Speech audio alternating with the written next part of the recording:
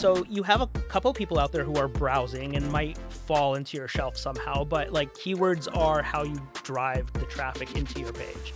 If you don't write your listing properly, Amazon's algorithm might not know what you're selling and might not give you attribution for a bunch of keywords based on what you're selling. And so you could be missing out on the ability to even rank for those keywords. Today, I'm joined by Talal, a very good friend of mine who runs an agency. He's also a seller himself. And I always find that that's really interesting because people who are in the weeds, making their own, products and brands, solving these problems end up becoming really great agency partners because they know what they're doing at a very high level. And for sure, you know what you're doing. And what I admire most about the way you run your business is that you are active in every single client's business. So you have a boutique agency, a handful of clients, and I think you're 10, 12 clients, and you don't want to grow to be this massive 50 client agency because you still find it important to be in the accounts. Correct. I mean, I'm every day in every single one of my clients' accounts, Right. at least doing something. Yeah. And so when you're auditing these accounts, and today I want to talk to you more about how can the average seller who doesn't want to outsource all their ads or maybe isn't in a position to do it, how can they look at what they're doing and just figure out how to do a better job? Yeah, I mean, I think there's some very basic principles that most sellers could do, especially when they are auditing their own ads.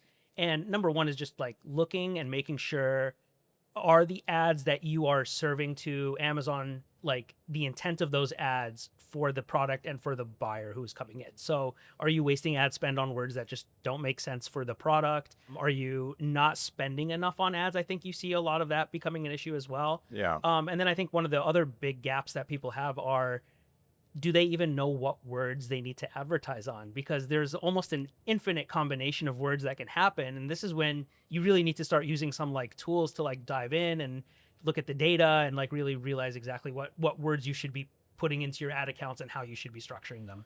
Yeah, and I want to dig into more detail into all of those things that you just said, because I think it's important for anyone watching that they can look at their own account, learn how to do the research for the data, and really take it to the next level, because that's going to be the big unlock for them to be able to turn their business from a small sized, hobby type brand or just a little bit of revenue from Amazon into a potential bestseller.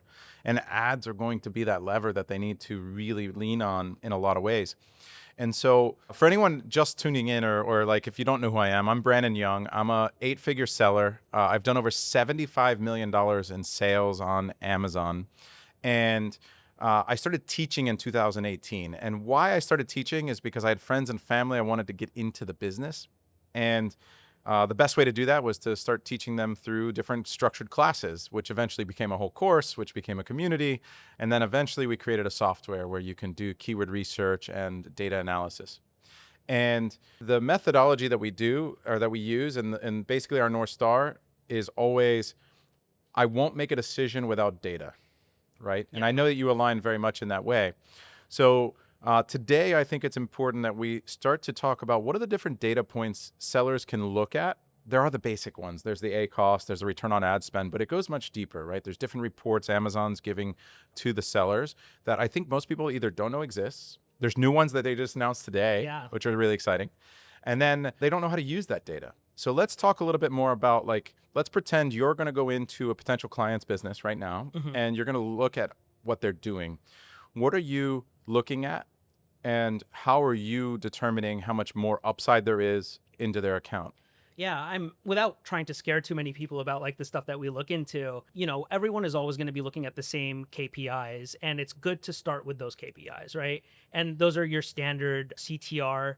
Those are your ROAS, right? Or ACoS. I think those are the big ones. Orders. People always look at those big bulky numbers. Conversion rates. But then there's some of those numbers that you definitely have to calculate out and know on a line by line. And by line, I mean at a keyword level or at a search term level, what is your conversion rate by a search term or by a keyword? What is your cost per acquisition, which is the spend over the number of orders on Amazon? Because all of those things give you more fine-tuned answers on exactly what are you going to then pump or what are you going to start to pull back on? Right. And so I think we can start even at a higher level, which is the person needs to understand that ads are not a one size fits all Of course not. thing, right?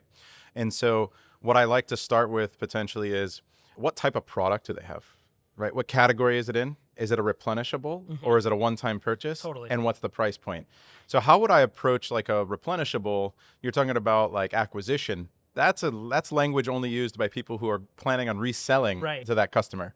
But like if I'm selling a toy, they don't often buy another toy for a while at least. Right. Maybe when the child's a year older and they're getting another birthday toy or something.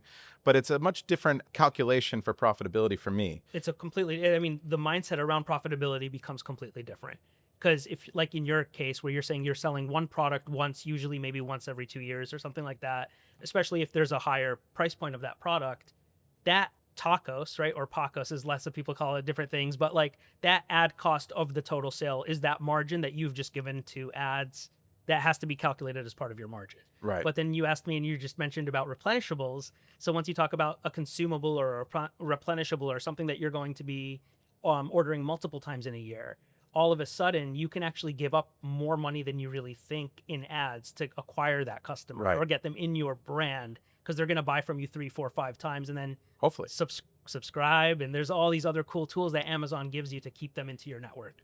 Yeah, and I love the subscribe and save function, and the subscribe and save coupon is a new thing that they get started, last couple years, right? Where you can target someone to have them subscribe with a bigger discount and incentive. Totally. Because once you get them in, it's very likely that they're going to stick around, right? Yeah.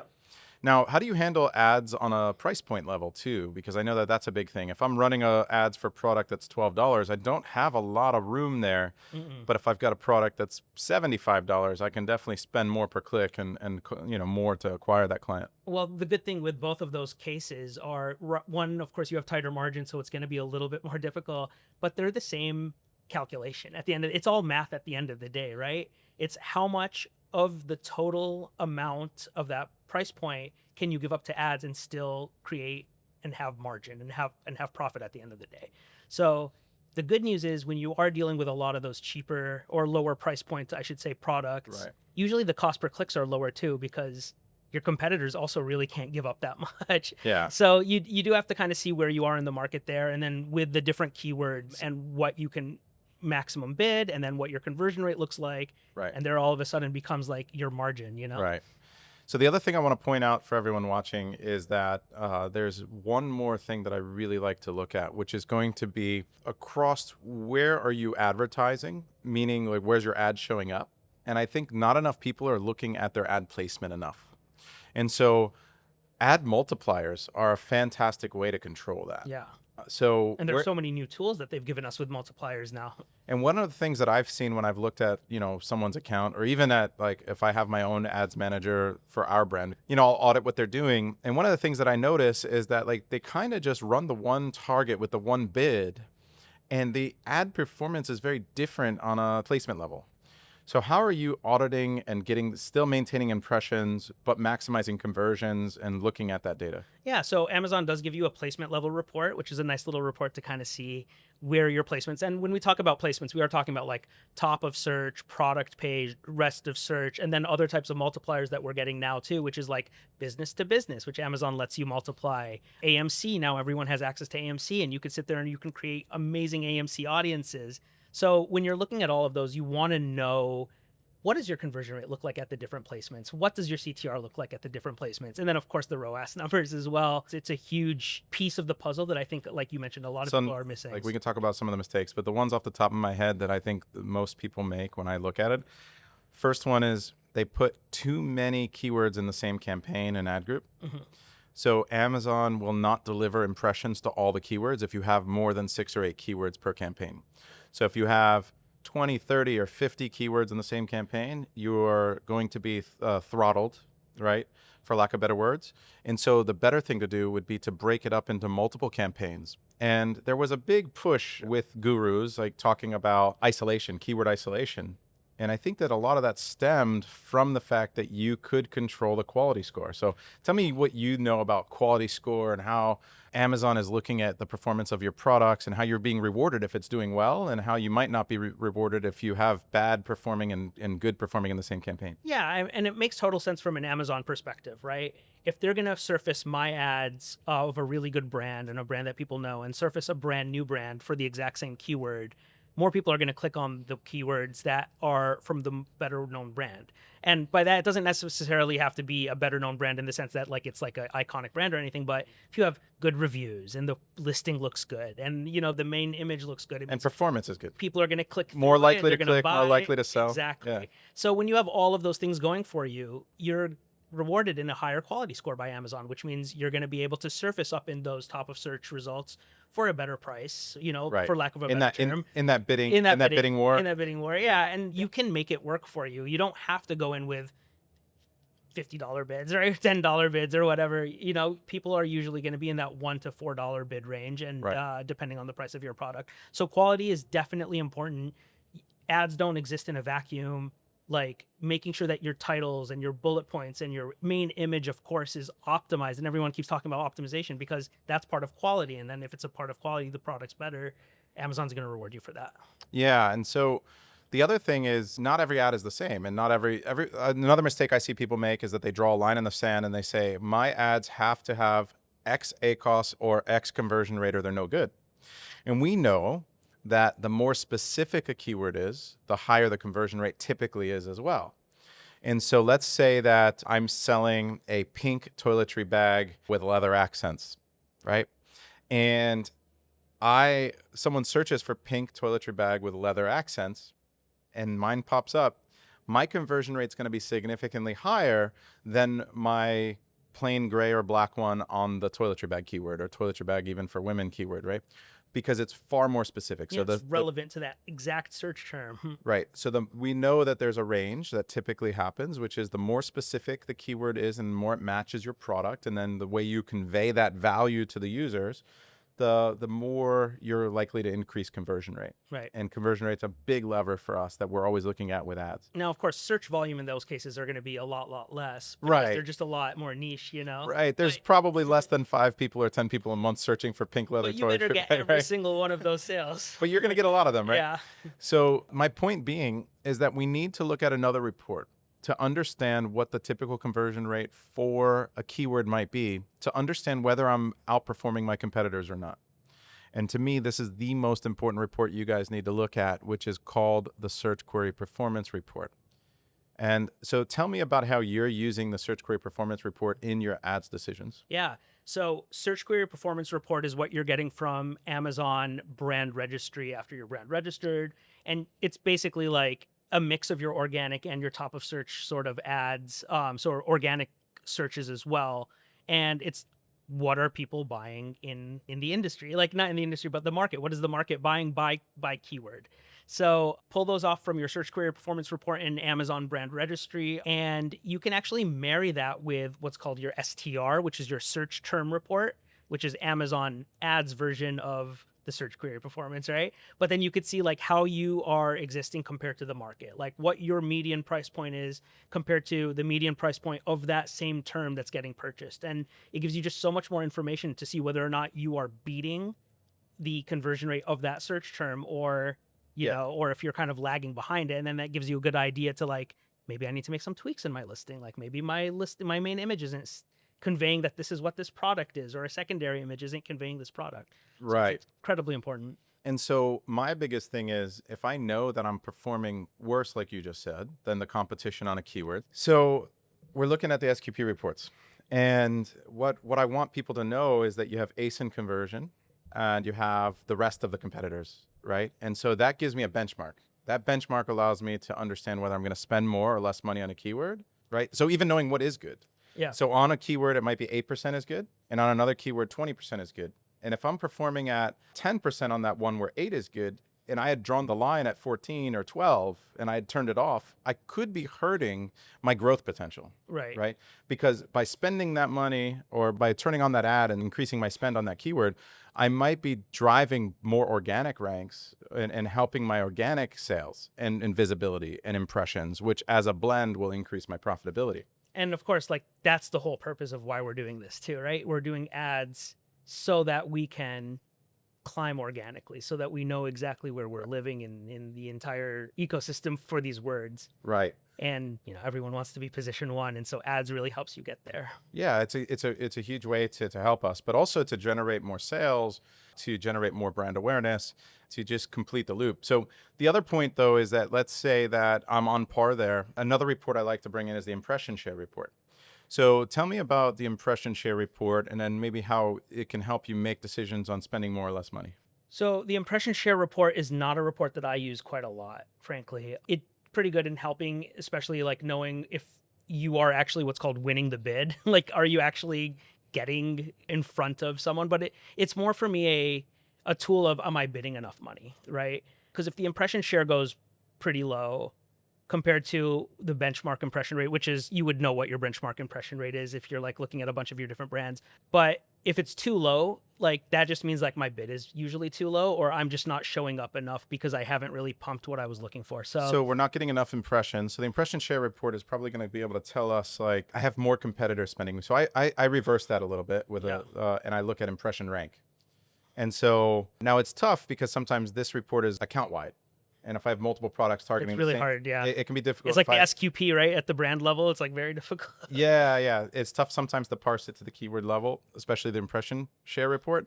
But I find it super powerful because if I know my impression rank is 8, that means there are 7 people spending more money than me on a keyword. And to me, that means that I have more room to spend more money. And if I'm doing well and I'm outperforming my competitors, as I saw with the SQP report, then it gives me a huge opportunity to basically want to spend more. But let's say I'm already spending just as much or more than anybody and I'm performing well.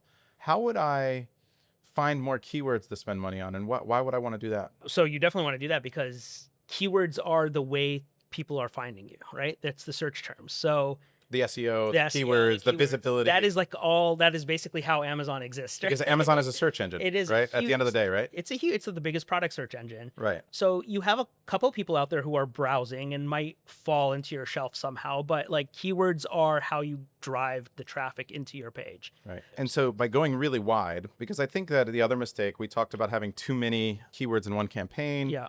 I think the other mistake is that people don't go wide enough. Right. And they don't understand based on the specificity increasing, even though there's less search volume there, you do want to get really, really as deep as possible, create more campaigns, go wider, because all of those clicks and conversion, that additional conversion rate and that the extra sources of traffic, even if you're running to a variation specific keyword campaigns, that's a really big strategy a lot of people don't do. So what you want to do is you want to increase your ad spend on those variations specific to keywords that are specific to that product. Meaning that pink toiletry bag we spoke about, accent, right? Yeah. I'm going to target all the keywords I possibly can with that. Exactly. And then I'll see which ones convert, which ones don't. I'll turn on a bunch of broad campaigns. I'll turn on a bunch of exact campaigns. But now that becomes a funnel of traffic into my broader listing and increases the overall performance of my listing so that I can position myself as more of a market leader, right? I can improve my position in the subcategory. Well, then you get that Amazon's choice for those like very specific keywords, and which is a super important badge. Lets people know that when they search that term, this is the best-selling product for that term. Absolutely. And so we went through mining more keywords, going wider, checking to make sure that you have as a benchmark that you're actually performing better than your competitors at different keywords. Don't put too many keywords in one campaign. What am I missing?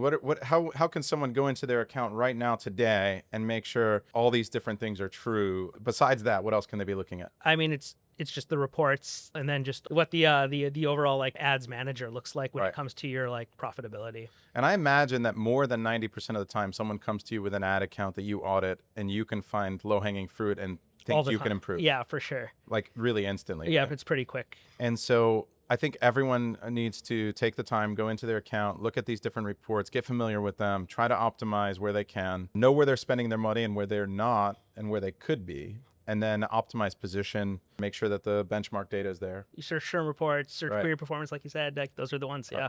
And I'll leave everybody on one thing. I'm going to wrap up. I think that the quick SOP for me, step 1 is always fix your conversion rate. You don't want to be running ads to a product that isn't converting and you're just wasting money. Step 2 is always fix your indexing. And by indexing, I mean that if you don't write your listing properly, Amazon's algorithm and Rufus and Cosmo, who are reading your listing, might not know what you're selling and might not give you attribution for a bunch of keywords based on what you're selling. And so you could be missing out on the ability to even rank for those keywords, which is really important. Then step 3 is go in, audit your account, make sure you're spending the right money in the right places, turn on the right placements, the right keywords, and let it rip. And Take it home. then go launch more products. Yeah. Always be launching. Always be launching products on Amazon. That's how you grow your business. Don't get married or fall into the trap of just, setting one up there and doing it. The more products you have on Amazon, the more money I believe you can make. That's the big unlock for us. For sure. Thank you for joining me. Yeah, absolutely. Thank you very much.